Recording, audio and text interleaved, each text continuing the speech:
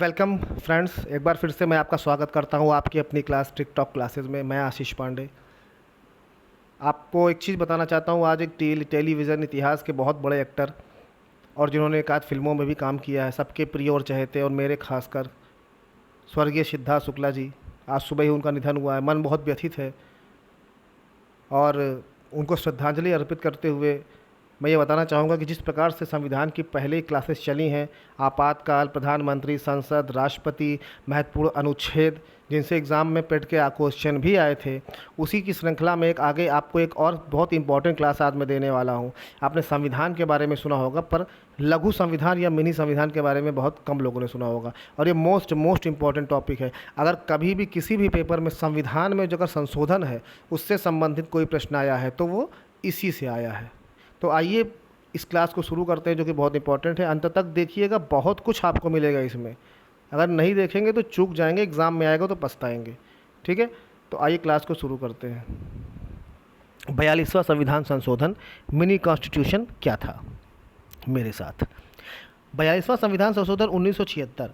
मैंने पिछली क्लास में आपको बताया था कि जब आपातकाल लगा था तो कब लगा था, 1975 में लगा था। क्यों लगा था? क्योंकि तत्कालीन प्रधानमंत्री स्वर्गीय श्री इंदिरा गांधी जी को जो चुनाव उन्होंने जीता था, उस चुनाव को अवैध घोषित कर दिया गया था इलाहाबाद हाई कोर्ट से। और फिर वो इसके खिलाफ कहाँ गई? सुप्रीम कोर्ट गई। सुप्रीम कोर्ट से भी उसके खिलाफ ही डिसीजन आया, उनके खिलाफ ही डिसीजन आया। लेकिन जिस दिन सुप्रीम कोर्ट से डिसीजन आया कि इलाहाबाद इंदिरा गांधी जी का जो जीता हुआ चुनाव है वो रद्द किया जाता है, वो उसको हार चुकी हैं, उसी रात उन्होंने आपातकाल की घोषणा कर दी। लेकिन अगर आपातकाल की घोषणा कर दी तो क्या आपको लगता है उनकी घोषणा करने से आपातकाल लग जाएगा? नहीं लगेगा। आपके पास बोलने की आज़ादी है, संविधान ने आपको कहीं भी बसने की आज़ादी दी है, कहीं भी व्यापार करने की आज़ादी दी है, हर उस चीज़ की आज़ादी दी है संविधान ने जो आपको चाहिए। तो किसी के बोलने से तो आपकी आज़ादी छीन नहीं जाएगी। उसके लिए उसको संविधान में संशोधन करना पड़ेगा। जब वो संशोधन कर देगा और संविधान संसद से वो पारित हो जाएगा तो वो चीज़ कानून बन जाएगी। और तब अगर आप कुछ करेंगे तो बल भर सुताई होगी आपकी, या तो जेल में डाल दिए जाएंगे। और यही हुआ था उस टाइम। तो उसी आपातकाल के टाइम दौरान ये 42वां संविधान संशोधन आया। आपातकाल कब लगा? 1975 में। और आया कब ये 42वां संविधान संशोधन? 1976 में। ठीक है, यह वह वक्त था, यह वह वक्त था जब देश की जनता त्राहिमाम त्राहिमाम कर रही थी। ठीक,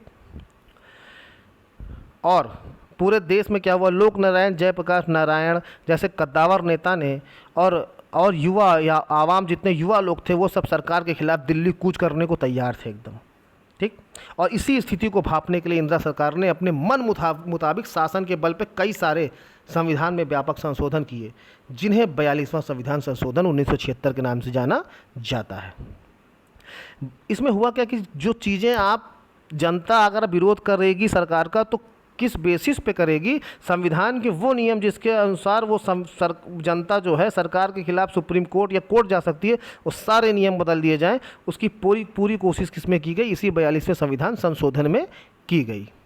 मुख्य बातें बता रहा हूँ मैं आपको। देखिए, अगर आप अपने घर में क्या होता है, जैसे सपोज करिए आपका घर है, आपके घर में एक हल्का से एक कमरे में कोई फॉल्ट है, आपने उस कमरे को ठीक कराया, है ना, तो वो हो गया हल्का सा संशोधन, वो इतना बड़ा संशोधन नहीं है।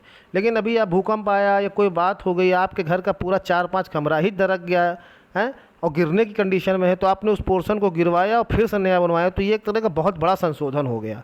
और जब बहुत बड़ा संशोधन होता है तो उसी को लघु संशोधन या मिनी संशोधन कहते हैं, या लघु संविधान या मिनी संविधान कहते हैं। आइए आगे बढ़ते हैं, क्या क्या चीज़ें उस 42वें संविधान में की गई। अब देखिए, सीधी सी बात है, जैसे आपका बोलने का अधिकार है, ठीक, तो अगर आपके बोलने के अधिकार का हनन होगा, अभिव्यक्ति की आज़ादी का हनन होगा, तो जाहिर सी बात है आप कोर्ट जाएंगे और कोर्ट में अगर आप सही साबित होते हो तो आपके पक्ष में फैसला किया जाएगा।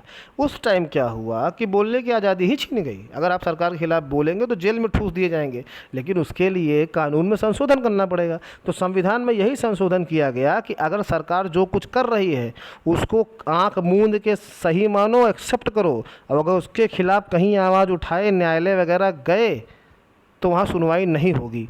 क्योंकि वहाँ पर क्या हुआ, संविधान में संशोधन कर दिया गया कि सरकार जो भी कुछ करेगी उसको न्यायालय में चुनौती नहीं दी जा सकती।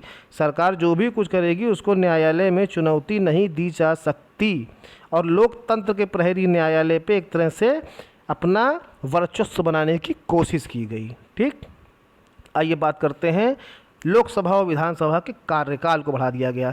अब सीधी सी बात है, अगर मैं ही प्रधानमंत्री बन रहा हूँ, सपोज दैट, या आप बन रहे हैं, तो कौन नहीं चाहेगा। जैसे अब सरकारी नौकरी है, 60 की रिटायरमेंट है, 7 साल की नौकरी पा गए, 60 पे रिटायर हो रहे हैं, तो नेता वोता जितने ये भी सब चाहते हैं ना भैया कि हम 5 ही साल काहे रहें। भगवान करे ऐसा कि चाइना की तरह बैठ जाए एक बार राष्ट्रपति के पद पे, सी जिनपिंग की तरह, तो जीवन भर जब तक मरे ना तब तक राष्ट्रपति रहें, हैं, या दक्षिण कोरिया के किम जोंग उन की तरह कि जब तक ना मरे तब तक राष्ट्रपति रहें। लेकिन ऐसा अपने देश में संभव नहीं है बाबा। अपने देश में 5 साल का कानून है, 5 साल तक सरकार रहती है। लेकिन अगर कोई आपातकाल ही घोषित कर दिया और सब कुछ अपने हिसाब से चला रहा है, तो ये सोचेगा नहीं कि काहे 5 साल चले यार, 1 साल और बढ़ा देते हैं, 6 साल कर देते हैं। तो वही चीज़ ये हुई। 42वें संविधान संशोधन में जो लोकसभा की अवधि 5 साल होती थी, उसको बढ़ा करके 6 साल कर दिया गया कि 6 साल तक की अवधि रहेगी। लेकिन बहुत ज़्यादा दिन तक नहीं चला ये। जब 44वां संविधान संशोधन 1978 में हो गया, यानी कि 1 साल बाद, 76 के बाद 77, 77 के बाद 78, 1978 में हो गया, तो ये वापस 6 साल से घटा करके वापस 5 साल हो गया। मतलब 42वें में 5 से बढ़ा के 6 कर दिया गया था, लेकिन 44वें में वापस 6 से बढ़ा करके 5 साल कर दिया गया। आइए आगे बढ़ते हैं। अब देखिए, दिल्ली को आप ले लीजिए, जितने भी केंद्र शासित प्रदेश हैं, चाहे वो दिल्ली हो या और भी है जितने, वो सारे, उनकी पुलिस वगैरह, उनकी सुरक्षा की जिम्मेदारी गृह मंत्रालय के पास है। मौके पे कौन है? अमित शाह हैं, जो कि देश के पहले सहकारिता मंत्री भी हैं। अब आपने देखा होगा केजरीवाल जो मुख्यमंत्री हैं वहाँ के, और जो उपराज्यपाल नजीब जंग जी हैं, आपने देखा हमेशा तकरार बनी रहती है। कभी वो उन पे आरोप लगाते हैं, कभी उन पे आरोप लगाते हैं, कभी वो कहते हैं कि भैया जो कानून व्यवस्था इसलिए अच्छी नहीं है क्योंकि जो पुलिस व्यवस्था है वो गृह मंत्रालय के हाथ में है, भारत सरकार के हाथ में है।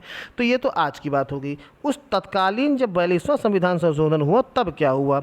तब ये हो गया कि जितने भी राज्य हैं भारत में, सब की सुरक्षा और पुलिस की जिम्मेदारी केंद्र सरकार की होगी। मतलब यूपी पुलिस भी गांधी सरकार के अंदर, मध्य प्रदेश पुलिस भी भारत सरकार के अंदर, सारी जितनी पुलिस के लोग हैं सब उनके अंडर में चले जाएंगे, और फिर वहाँ से जो आदेश होगा वही पालन करेंगे।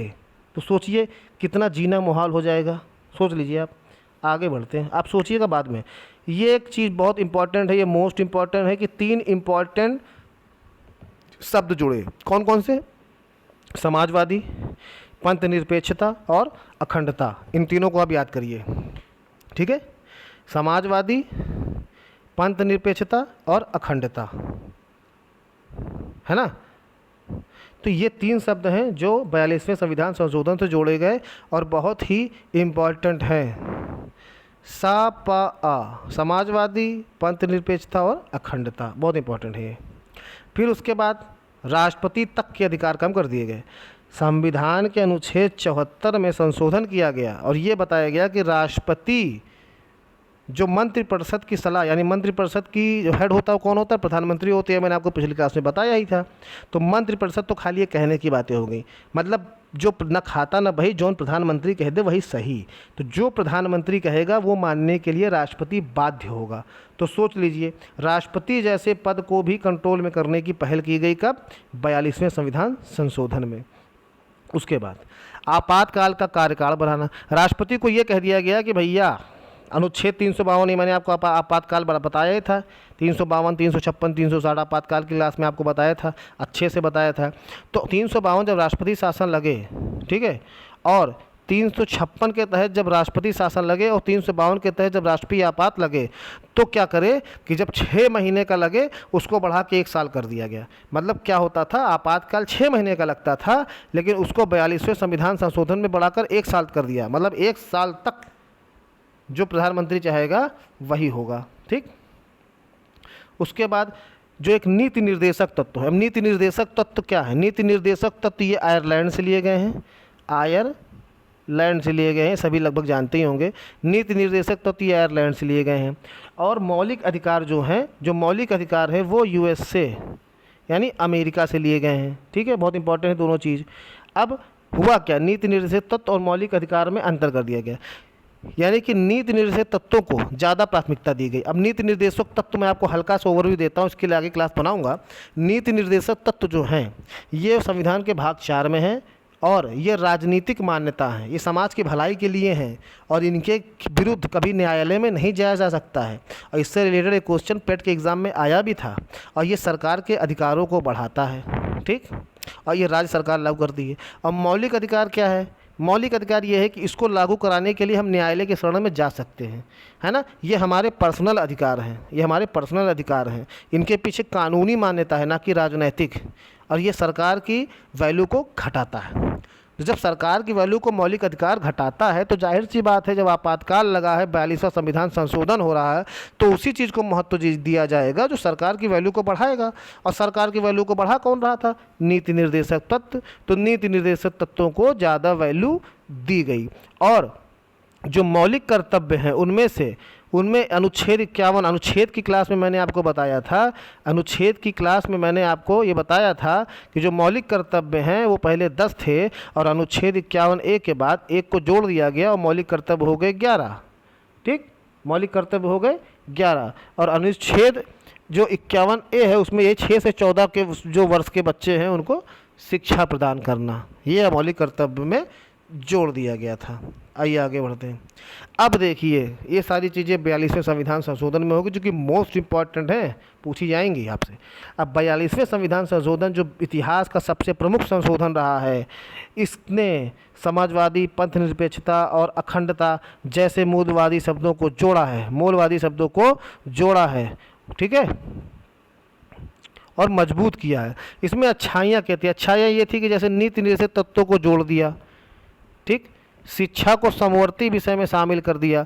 समवर्ती विषय मतलब शिक्षा को समवर्ती विषय में शामिल कर दिया, मतलब इस पर राज्य और केंद्र दोनों भी कानून बना सकते हैं। जैसे अगर राज्य को अपने शिक्षा की गुणवत्ता बढ़ानी है तो अपने हिसाब से बढ़ा सकता है, केंद्र को बढ़ानी है तो अपने हिसाब से बढ़ा सकता है, ठीक है। ये कुछ अच्छाइयाँ भी थी। और जो 42वें संविधान संशोधन में कमियां रहीं वो आगे चल के 44वें संविधान संशोधन में 1978 के जरिए दूर कर दी और न्यायपालिका और राष्ट्रपति की शक्तियों को फिर से बचा लिया गया। 44वें संविधान संशोधन 1978 के जरिए सब कुछ जो 42वें में गलती थी, कमियां थी, उनको दूर कर दिया गया, ठीक। और इस संशोधन जो हुआ था, ठीक है, के जरिए वन हो गया, शिक्षा हो गया, जनसंख्या हो गई, जनसंख्या नियंत्रण। भाई जब आपातकाल लगा तो संजय गांधी जो उनके बेटे थे इंदिरा गांधी, वो पकड़ पकड़ के सबकी नसबंदी करा रहे थे, बड़ी आलोचना भी हुई थी, ठीक है। तो इसको क्या कर दिया? इसको राज्य सूची से समवर्ती सूची में कर दिया, मतलब अब इस पर केंद्र और राज्य दोनों कानून बना सकते हैं, ठीक। और पहले क्या था, इस पर अपना कानून बना सके केंद्र सरकार, इसलिए ये सारी चीज़ें 42वें संविधान संशोधन में केवल उसमें डाली गई थी, सेंट्रल सूची में। अब आइए, क्लास आपको अच्छी लगी होगी, ठीक।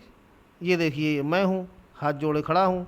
तो टिकटॉक क्लासेस को क्लास अगर अच्छी लग रही हो आपको, और इसको प्लीज़ शेयर कर दीजिए। सब्सक्राइब तो आपने किया ही होगा, बेल आइकॉन, आप बेल आइकॉन ज़रूर जब दबा लीजिए, क्योंकि बेल आइकॉन दबा लेंगे आप, सब्सक्राइब के बगल एक बटन है घंटा वाला, तो उससे क्या होगा, जो भी क्लास पढ़ेगी उसका ऑटोमेटिक आपको नोटिफिकेशन आ जाएगा। तो इस क्लास को प्लीज़ शेयर कर दीजिए, सब्सक्राइब कर दीजिए, बहुत ही इंपॉर्टेंट क्लास है, सीरियसली पढ़िए। नोट्स अगर आप बनाएंगे, ये मैं गारंटी आपको बता रहा हूँ, नोट्स अगर आप मेरी बना रहे हैं संविधान की या भूगोल की, अभी तो शुरुआत है, अभी तो ये अंगड़ाई है, आगे बहुत लड़ाई है, लेकिन अगर आप बना रहे हैं तो ये मैं गारंटी कह रहा हूँ, जिस दिन भी आप किसी भी कंपटीशन एग्जाम के पेपर देने जाएंगे, मेरे हिसाब से ही या मेरे क्लास से वहाँ क्वेश्चन आएंगे, और जो मैंने आपको बताया उसी हिसाब से आप वहाँ पे आंसर लगाएंगे, मेरी गारंटी है। तो अगर ये मेरी बात में आपको दम लग रहा है तो प्लीज़ मेरी क्लास को शेयर और सब्सक्राइब करें, और मिलते हैं आपको अगले वीडियो में भूगोल की चौथी क्लास में। इसके पहले ब्रह्मांड और भूगोल का परिचय और सौरमंडल बहुत ही आसान शब्दों में, बहुत ट्रिक के साथ सबको समझा दिया गया है। मिलते हैं आपको नेक्स्ट क्लास में। Till then good bye, good night, thank you, शब्बा खैर, शुभ रात्रि, जय हिंद, जय भारत।